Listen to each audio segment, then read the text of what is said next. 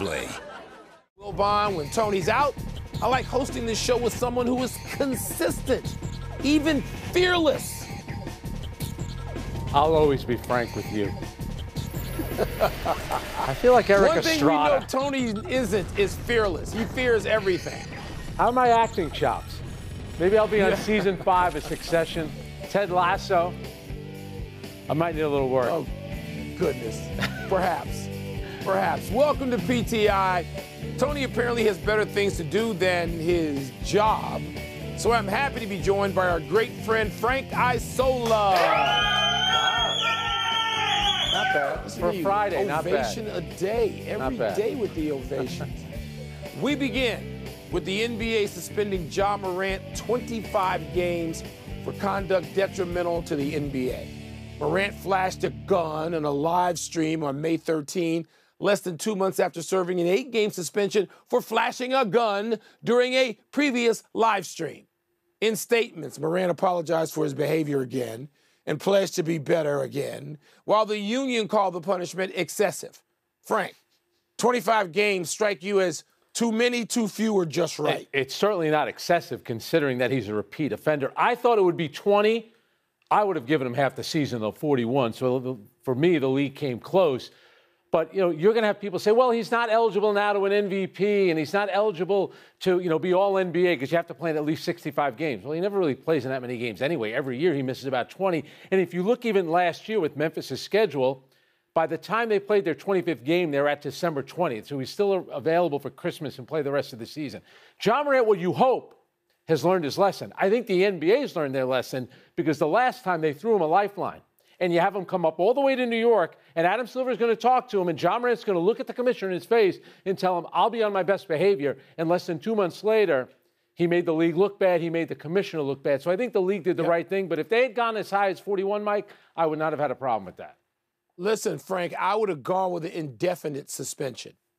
And it could have been 20, but it could have been 60. It could have been a whole season. It could have been longer. Because listen, there are people we can listen to that you and I know who have talked to Ja Morant and his dad face to face, in addition to Adam Silver, right? Kendrick Perkins has done that, and you talk about tough love. I know some of the things Kendrick said. Charles Barkley, these guys have said to him, Jalen Rose literally said to him, look, I've been down some of this path when I was young, and I managed to get off that path and stay off it, but here's what you got to do. He didn't listen to any of them. No. He wasn't listening. He lied to Silver's face. He told Barkley and Perk, I know, oh, yeah. He lied. He wasn't paying attention. He gave him this, the back of his hand. So I don't believe anything he says, nothing. There's no reason to believe what he says. The union is obliged to represent him. I get that.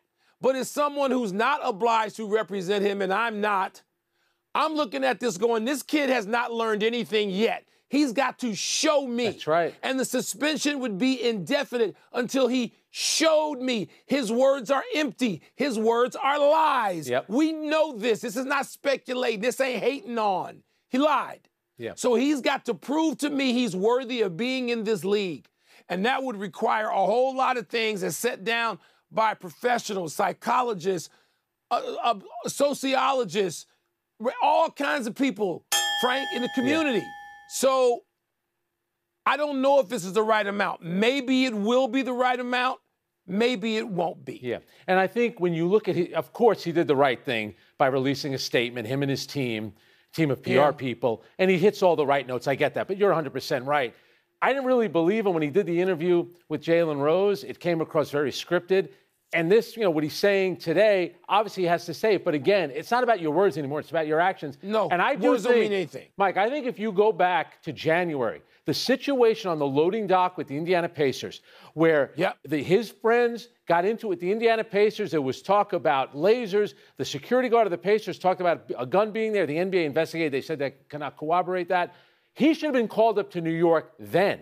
And I would have suspended him 5 games then. Let's remember, you had that.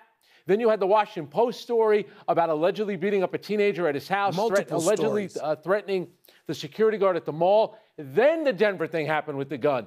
That's when he finally got called to the league office, and he made the league look bad. Again, Yeah. This is about Ja Morant now. And the union could say whatever they want, and Ja Morant could say whatever he wants. He's going to have a chance now to prove it, because the last time he proved that we're all fools to believe him. Show me. Show me. That's right. You got to show me. That's right. Believe in nothing. All right, let's move to Michael Jordan selling his majority stake in the Charlotte Hornets. Jordan will keep a minority percentage, but sell the bulk of his holdings to a group led by Gabe Plotkin and Rich Schnall. The deal places a value on the team of approximately $3 billion. Jordan, of course, is the greatest player in the history of the game and the league's only black majority owner. Mike, you know Michael Jordan really well. What's your reaction to this? Well, we've known this is coming, Frank, and yep. You know, it's a hell of an investment to turn around. I know it was, 12 or 13 years, something like that, to whatever the value will be of Michael's stake in that. He will maintain a presence, a stake officially and unofficially. But, you know, in talking to him over the years, while he has loved this and wanted to have greater results in the standings, that's a really difficult market, as we know from other owners previously. All right. And Michael still got competitive ventures going on. Remember his professional racing. Yeah. Remember, he owned motocross before he became owner of the Charlotte franchise. So I also know that at this stage of his life, and I ain't about to paint him as old because I'm 4.5 years older than Michael. He wants to live his life. He wants to spend time with his family. He wants to do things that he maybe didn't do the first time around. You know, and now that he's older, he can say, okay, I don't have all that much time left. Let me do some other things that I want to enjoy. And so I take him at his word. I believe he believes that. I believe he feels that. And so I said to him, congratulations, and I meant that. Yep. And for my money, and getting to cover his last 3 NBA Finals, for me, that's one of the highlights of my career, because to get to see, that's like the Babe Ruth of our generation. And for my money, he's the greatest player of all time. But I think it also shows you, and he made a great investment. He's walking away with a ton of money. Yes. It just shows you how hard it is. And just because you're great at one thing doesn't necessarily you're going to be great at another thing. And so I still remember the image when he was in Washington and he was on the court working out with Laurent Prophet, and everybody thinks, well, that doesn't necessarily mean that he's going to sprinkle magic dust and everybody's going to be Michael Jordan. And when it comes down to picking players, and you got to be lucky, number one, when you're in the draft, and you have to hope the players work out, and they drafted Adam Morrison, Michael Kidd-Gilchrist, Frank Kaminsky. He actually is leaving the Hornets in a pretty good place, because with LaMelo Ball, they're going to get Miles Bridges back. And you look at the draft this year, the second, 27th, 34th, 39th, and 41st pick. They have a lot of picks. And that team last year, until all the injuries, at least now it seems like they've hit right on a couple of players. So maybe finally the future is looking bright as Michael Jordan. Frank, I agree with that. That last part is important. It's on the incline. Look, as much as Michael Jordan is beloved internationally and then nationally, he's in North Carolina. Yeah. I mean, Michael Jordan, the person, the icon, the brand, the owner, the symbol, it's a lot to be to a lot of people. And still there's a person who has had all of this on him now. Look about his public life, which has been going on since he was 18 years old. You know, he gets to enjoy a stretch as long as he wants. Good for him. Again, I'll repeat, congratulations. And now to a tumultuous night in Las Vegas. The U.S. men's soccer team beat Mexico 3-0 in a match that featured 2 goals from Christian Pulisic and 4 red cards. The contest was called off before the end of extra time in reaction to an anti-gay chant from Mexican fans, presumably. And while all this was going on, reports emerged that the U.S. program was in the process of rehiring Greg Berhalter as manager, and that hiring happened today officially. Frank, does all this make sense to you? It was a crazy night in Las Vegas. I guess there's always crazy nights there. But first of all, the U.S. played great, and you mentioned Pulisic, who scored the 2 goals. Remember, Christian Pulisic has been public in his support of Greg Berhalter. He wanted him back as the coach, as did a lot of players. Now, the player that he had an issue with, Gio Reyna, started last night. He's going to be part of the team. But remember this about Greg Berhalter, who I actually think did a good job, because when you're the coach of the U.S. team, you want to qualify for the World Cup and get out of the group. And that's what we did, and we lost to Holland. Now, he signed through the World Cup. Right now, he's a caretaker, because we've already qualified for the next World Cup because it's in our country. So the U.S. Soccer Federation always has an opportunity, Mike, to make a change a year before the World Cup. And, you know, you start throwing out the names. Patrick Vieira, his name has been mentioned, won a World Cup as a player with France. Pep Guardiola, Jose Mourinho, all these big names that they would have the money to go out and get. So I think it's the right thing for now. Doesn't necessarily mean, I hope it's true, but it doesn't necessarily mean that Greg Berhalter is coaching the team at the next World Cup. No, it doesn't, which is an interesting thing to distinguish. But I think continuity means something. Yeah. I'm going to go cross-sport just for a second. We just saw the NBA Finals end, and what did those two teams have in common? All right, and they're not world stage. I get it. It's a national club sport level. But both the Denver Nuggets and the Miami Heat had coaches and sort of regimes in place, not just players, but you're looking at the top of the organizational chart, and people talk about culture. Goodness knows that's what the United States soccer program is still in some ways trying to establish. But all those players, and starting with Pulisic, it sounds like, Frank, like the continuity. Yes. They like playing for Berhalter. So if you can start this now and still continue to ramp up and have that continuity and have, oh my God, dare I say it, momentum going into World Cup, then this will be a good thing. I don't know what protest might come out of the weeds here, because it seems like there may be some objection to rehiring him. There will always be. But in terms of sport, I certainly don't find it objectionable, and it seems like this may turn out to be the right move. Yeah, and we put a great team out last night. We dominated Mexico. Only problem is for Sunday, Weston McKennie and Dest, the right back, will not be available for Canada. They're not available. And I'll tell you what, we'd love to see U.S.-Canada in basketball play at this level, because USA versus Canada in soccer is becoming a really good rivalry, really bitter. It'd be good if the Canadians make the Olympics one day and we could play them in basketball. That would be a lot of fun. We're taking a break, but coming up, was Shohei better on the mound last night or at the plate? And Nikola Jokic just won his first title. But will Victor Wembanyama finish with more? Toss-up is next. Ooh, that's a spicy one. Time to just pound Frank and toss-up. Let's get the first one from the producer over the loudspeaker. Toss-up, where was Shohei better last night? On the mound or at the plate? Well, you know what, Frank? He was okay on the mound. He's good. Yep. And, I mean, he had a rough last, sort of 8 outings. He only gave up 2 earned last night in 6. That's not brilliant, but it's fine. And he gets the win. It's fine. But at the plate, where he hit an opposite field home run, 440 feet. Goodness. And that led to, and these are the important numbers to me. Angels are 7 over 500, 7 games over. They've won 9 of 11, took 3 or 4 from first place Texas. They're only 4.5 back of Texas, and they're tight in the wild card race, and that should help, Ohtani stay put and stop all the speculation for a minute and a half about dealing him. But there's a long way to go. I'm going to say narrowly he was better at the plate. Yeah, I agree. And, a night early, he also hit an opposite field home run to the upper deck. He leads the majors right now with 22. They are 9-2 in their last 11. They took 3 or 4 from the Rangers, who were a good team. And baseball needs him in the playoffs. Mike Trout has only been in the playoffs once. He has 12 at-bats. We've yet to see Shohei Ohtani in the postseason. Baseball needs him there. Baseball needs both of them. Exactly. Need both of them. And I'll tell you what, though, one interesting thing to look out for. Mike Trout has been in about a month-long slump. Yeah. He's really strong. You wonder if that back injury is acting up. That's something to monitor. Lasting. But I want to see this team in the playoffs. Hope it's not, because I want to see him in there, too. What's next? Toss-up, who will win more NBA titles, Nikola Jokic or Victor Wembanyama? This is hard, and this is irresistible, Frank. This is one of our great toss-ups to me of all time. Look, Joker has one in hand. Yep. And so there's no guarantee that anybody else is getting the one. But here's the thing. By the time Wembanyama gets to the point where he's ready to win titles in a San Antonio team that has nothing, is just building. It's just starting, but it's starting with the best CEO you could start with, Greg Popovich, to me.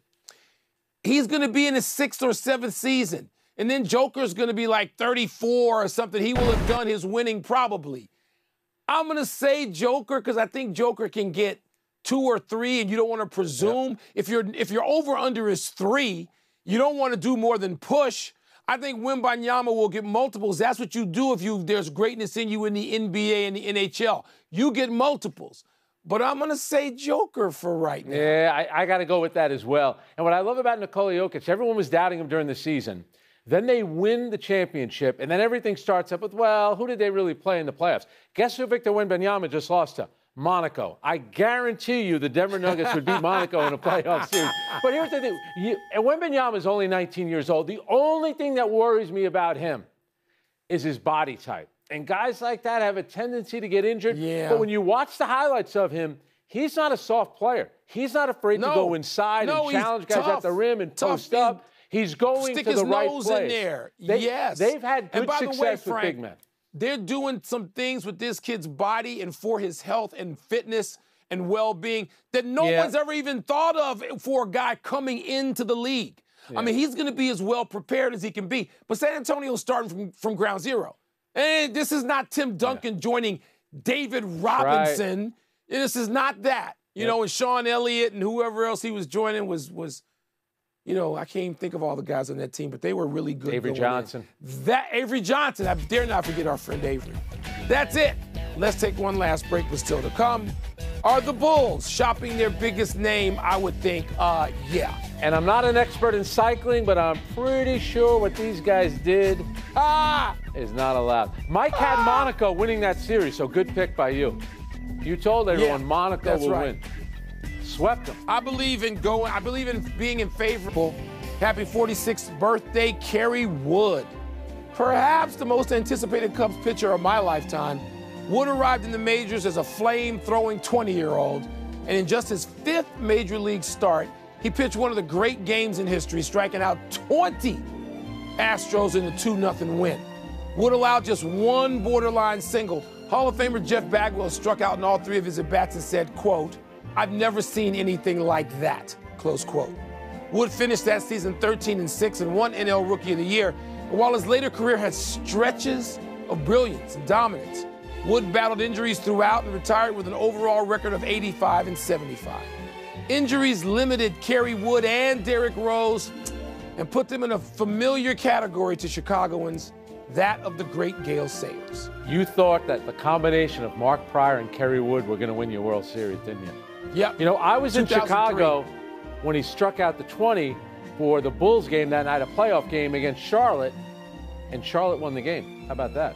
Yeah. Speaking of Michael Jordan. There's a park named after him on the north side of Chicago that I passed recently. I was like, whoa, that's good. Happy anniversary, Charles Barkley. On this day 30 years ago, Sir Charles posted a triple-double.